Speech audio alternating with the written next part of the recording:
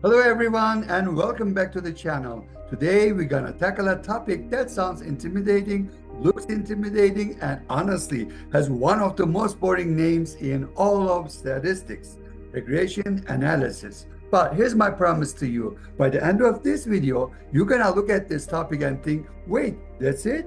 That is the thing everyone was scared of? Because at its heart, regression is just one simple idea. Two things move together, and we want to describe how. That is it. That is the whole game. Think about it in everyday terms. The more hours you study, the higher your exam score tends to be. The hotter the day, the more ice cream the shop sells. You already understand these relationships intuitively. Regression just gives us the math to measure them precisely and even better to predict with them. So here's our roadmap. We'll start with a simple straight line from school algebra. Then upgrade it, a real regression equation. We'll learn to read scatter plots, measure correlation, and split up variance to judge our model. And in the second half, we'll ask a bigger question. When can you trust the classic tests? And what do you do when your data gets messy? That's where parametric versus non-parametric methods come in. And we'll finish with the p-square test, which handles data that is not even made of numbers. Grab a coffee, get comfortable, and let us dive in. So, what exactly is regression? Regression is a method for modeling the link between variables. And right away, we need two characters in our story. The first one is X. X is the predictor. Statisticians call it the independent variable because it is the thing doing the influencing. The second character is Y. Y is the outcome, the dependent variable, because its value depends on what X is doing. Let me make that concrete. Say I want to know whether hours of study predict exam scores. Hours of study is my X, the input. Exam score is my Y, the output that responds. Now, regression does two jobs at once. First, it explains. It tells us how much Y changes for every one new X. Maybe every extra hour of study is worth, on average, for more points. Second, it predicts. If a new student studied 6 hours, I can plug that in and estimate their score before they even take the test. How does it do this? If it's what we call a line of best fit, imagine a cloud of dots on a graph and imagine threading a single straight line through that cloud so it comes as close as possible to all the points at once. That line is the model. And this is not some niche academic trick. Businesses use regression to forecast sales. Doctors use it to relate dosage to outcomes. Social scientists use it everywhere. It is genuinely the foundation of inferential statistics. The bridge from describing data to actually making predictions about the world.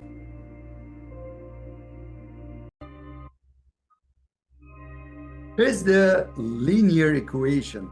Before we can run, we have to walk. And in statistics, walking means going back to something you probably learned as a teenager. The equation of a straight line. Y equals mx plus b. Every straight line ever drawn follows this rule. And it only has two moving parts. First m, that is the slope, the rate of change. It answers the question, if I move one step to the right on x, how far does y go up or down? You might remember the phrase rise over run. That is exactly what slope is. The change in y divided by the change in x. Second b, that is the intercept. Simply the value of y when x equals 0, where the line crosses the vertical axis. Think of it as the starting point, the baseline before x has done anything at all. Two quick things about slope, because slope is the star of the show. If the slope is positive, the line rises. More x means more y. If it is negative, the line falls, and the steeper the slope, the stronger the effect. A slope of 10 means y reacts dramatically to x. A slope of 0.1 means y barely notices. Here's why this humble equation matters. It is the geometric backbone of everything we are about to do.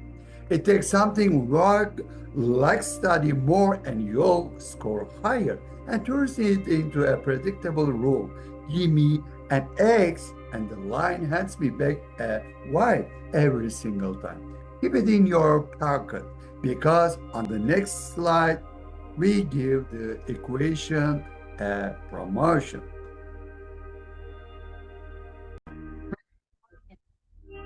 Now the regression equation. All right, here it is. The regression equation. Y hat equals B0 plus B1x plus epsilon. I know it looks scarier, but watch what happens when I translate it, because you have already met almost everyone in this equation. Y hat, that Y with the little roof on top, is the predicted value of the outcome. The hat is the statistician's way of saying that's our best estimate, not a guaranteed fact. B0 is the intercept, same job as B from the last slide, the baseline, the value of y when x is 0. B1 is the slope, now with a fancier name, the regression coefficient. Same idea as m. How much y changes for every 1 unit change in x, and x is still our predictor, driving the whole estimate. So far, this is just y equals mx plus b reading a lab code. But there is one new character, epsilon, the Greek letter at the end. Epsilon is the honest part of the equation. Epsilon is the error term, also called the residual. In pure mathematics, a line is perfect. Every point sits exactly on it. But real life is messy. Real data and points scatter above and below the line. The residual is simply the gap between what we observed and what the line predicted. Observed minus predicted. So how do we choose the best line out of the possible lines? A method called least squares. Take every residual, square it so the negatives do not cancel the positives, add them up, and find the one line that makes that total as small as possible. The line that minimizes the squared errors wins. That is regression in a nutshell. A straight line plus the humility to admit that reality will always scatter around it. Now, before you ever calculate anything, before a single equation gets written down, there is a golden rule in statistics. Look at your data first, and the tool for looking is the scatter plot. A scatter plot could not be simpler. Every observation is a pair, an x value and a y value. One student, 6 hours of study, 82 points. Place a dot at that spot. Do that for every observation, and you get a cloud of dots. That cloud tells you almost everything if you know how to read it. First, it reveals direction. Does the cloud drift upward as you move right? Positive relationship. Downward? Negative. Second, it reveals form. Is the pattern actually a straight line, or does it curve? Or is it a shapeless blob? This matters enormously because linear regression fits straight lines. If your data curves like a rainbow, forcing a straight line through it is a square peg in a round hole. The scatter plot warns you first. Third, it reveals strength, thus hugging tightly around an imaginary line, like beads on a string, strong relationship, a wide loose spread, weak one. And fourth, it exposes outliers. Those strange, lonely dots far from everyone else may be a data entry error, maybe a genuinely unusual case. Either way, you want to know because a single outlier can wreck your whole regression line, of course. So remember this rule. Plot first, model second. The scatter plot is the visual foundation that correlation and regression build on. Okay, so we have looked at the cloud with our eyes, but eyes can be fooled, and science needs numbers. So how do we put a precise number on a relationship? We use the correlation coefficient, written as a lowercase r. Here's everything you need to know about r, and it fits on a sticky note. R is always between -1 and +1, and it carries two pieces of information at once. The sign tells you direction. Positive R, the variable rise together. Negative R, as one goes up, the other goes down. The size, how far it is from zero, tells you strength. And R near positive or -1 means the dots are packed tightly along a line, very strong. And R near zero means the cloud is shapeless, basically no linear relationship. So zero point 0.9 is strong, negative zero point 0.9 is equally strong, just pointing downhill, and zero point 0.1 is barely a whisper. A lovely bonus. Square R and you get R squared. The proportion of variance explained. We will unpack that on the next, but notice how neatly correlation and regression connect. Now, I can now let you leave this without the most important warning in all of statistics. Correlation does not prove causation. Ice cream sales and drowning deaths are strongly correlated. Does ice cream cause drowning? Of course not. A third variable, summer heat, drives both. Correlation tells you two things go together, it never tells you why. With direction and strength measure, R has set the stage. Now, let's fit the line and judge how well it performs. Right here is my favorite in the whole deck because this is where regression shows you its report card. Here's the question. Our Y values vary. Some students scored high, some scored low. How much of that variation can our model actually account for? To answer it, we split the variation into pieces, like slicing a pie. The whole pie is SST, the total sum of squares. All the variation in Y measured around the average. Now we cut it into exactly two slices. The first is SSR, the variation our regression model explains, the part where we can say these students score higher because they studied more.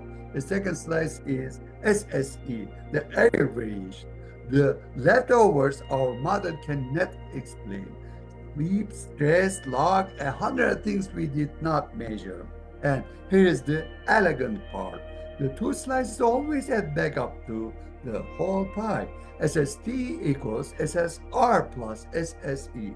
Explained plus unexplained equals total every time.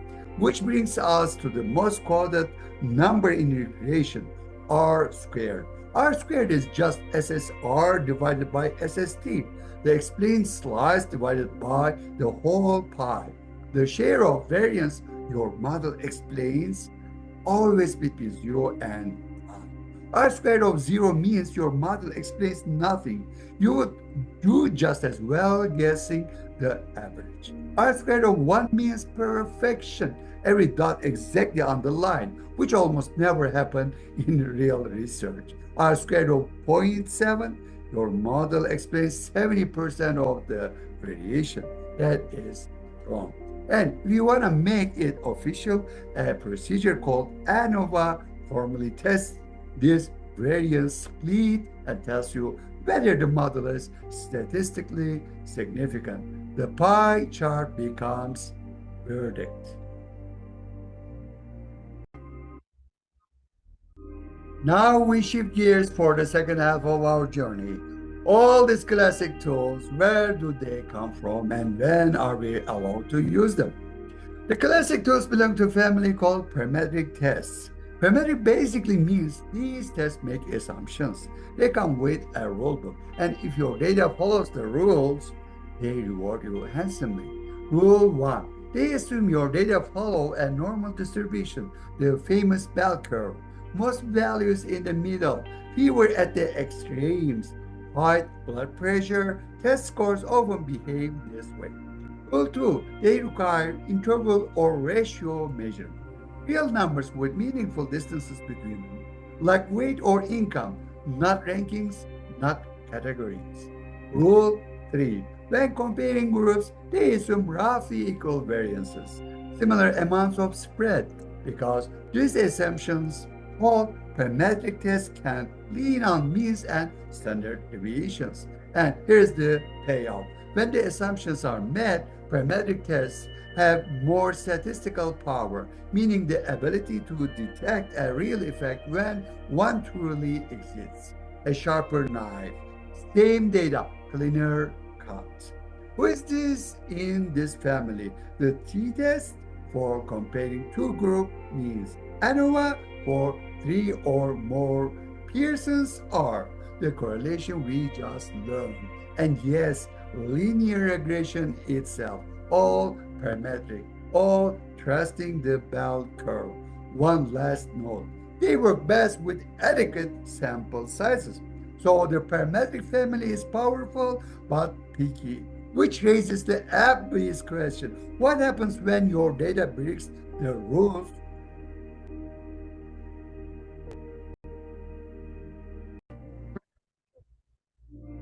What happens when the assumptions break? Because in the real world, they break all the time. Your data is skewed with a long tail dragging to one side, or you have a tiny sample of 12 people, or your data is ranked. First place, second place, third place, or a survey scale from strongly disagree to strongly agree. In all these cases, the bell curve assumption falls apart and forcing a parametric test onto that data can mislead you. Enter the non-parametric family, the all-terrain vehicles of statistics. Non-parametric tests make no assumption of a normal distribution. None. They are sometimes called distribution-free for exactly that reason. They happily work with ordinal or ranked data. They are robust to outliers and skewed shapes, and they are genuinely useful for small or messy samples, the kind real researchers actually end up with. How do they pull it off? Instead of comparing raw means, they compare ranks or medians. Here is why that is brilliant. Imagine 10 people with modest incomes and one billionaire walks into the room. The mean income explodes and becomes meaningless, but the median, the middle person, barely moves. Convert everyone to ranks, and the billionaire is simply rank 1, no matter how absurd the actual number. The outlier loses its power to distort. Who is in this family? Man Whitney Yu, the non-parametric cousin of the two sample t-test. Will Coxon for paired measurements. Crackskull Wallace, which steps in for ANOVA with three or more groups. And Superman's correlation, which does persons job using ranks. And there's one more member of this family, arguably the most famous of all, built for data that is not even numeric. It handles categories and counts. Let us meet it properly. The T-square test, written with the Greek letter T, squared. And this test answers a question none of our other tools can touch. What do you do when your data is not numbers at all, but categories? Yes or no? Vaccinated or unvaccinated? Coffee drinker or tea drinker? You cannot take the average of coffee versus tea. There is no mean. All you can do is count how many people fell into each box. And Q-square is built precisely for that. Categorical, count-based data. The logic is wonderful, intuitive. P-square compares observed counts against expected counts. Observed means what you actually saw. Expected means what you would have seen if there were no relationship at all, if everything were just chance. Its most common job is testing independence in a contingency table. Picture a grid. Rows are coffee versus tea drinkers. Columns are morning people versus night owls. Square asks, are these two things independent or is there a real association? It can also run goodness of fit checks, asking whether counts match on expected pattern, like whether a die is fair. Here's the formula, and do not let it scare you. P squared equals the sum of observed minus expected squared divided by expected. In plain language, for every cell in your table, measure the gap between reality and expectation. Square it, scale it, and add it all up. The interpretation is simple. A larger T-square means a bigger gap between what you saw and what chess would predict. Big gap, real relationship. Tiny gap, probably noise. And to find the official cutoff, the test uses degrees of freedom, which depend on the size of your table. So there it is, a key non-parametric tool and the go-to test whenever your data comes as frequencies and categories.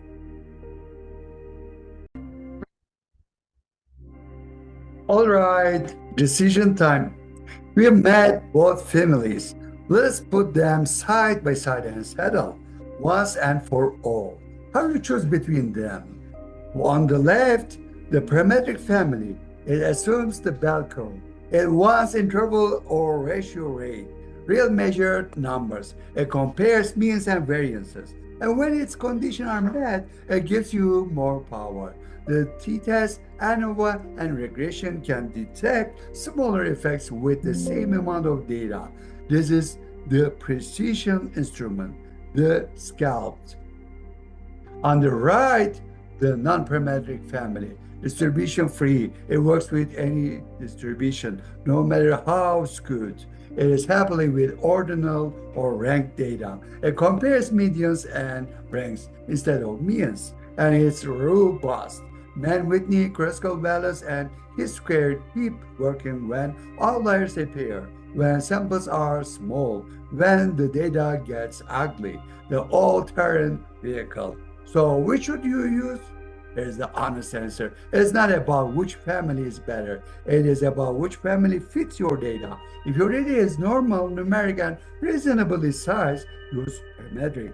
You would be leaving power and a table otherwise. If your data is good, ranked, categorical, or small, switch to non-parametric without hesitation. A robust test that fits your data beats a powerful test that does not. Think of it like footwear. Dress shoes are elegant, but you do not wear them on a muddy trail. Let the terrain choose the shoe, let the data choose the test. We made it one big journey. Let's tie it all together into a practical decision guide you can actually use. Step one, start every analysis with a scatter plot. Look before you leap, inspect direction, form, and strength, and hunt for outliers, those lonely dots that can hijack your entire model. Step two, check your assumptions before choosing a test. This is the fork in the road. Normal interval or ratio data takes the parametric path. T-tests, ANOVA, Pearson's R, regression. Good ranked or categorical data takes the non-parametric path. Mann-Whitney, Kruskal-Wallis, Spearman, P-square. Step 3. If regression is the right tool, fit the line, then actually read it. The slope tells you how much the outcome changes per unit of the predictor. The intercept gives you the baseline. These numbers are the story. Do not just report them, interpret them. Step 4. Judge your model with R square. How much of the variance did you explain? Be honest about it, because the unexplained slice is not a failure. It is a map what to study next. And the golden rule running through everything. Let the data, not habit, choose the method. The biggest mistakes in statistics do not come from bad math. They come from good math applied to the wrong situation. So here's the one sentence to carry out the door. Regression turns scattered data into insight. Read the cloud, fit the line, explain the variance. That is it for today. If this video made regression finally click, hit that like button, subscribe, and drop a comment telling me which slide helped the most. Thank you for spending these 20 minutes with me. Keep questioning, keep learning, and I will see you in the next video. Keep and take care.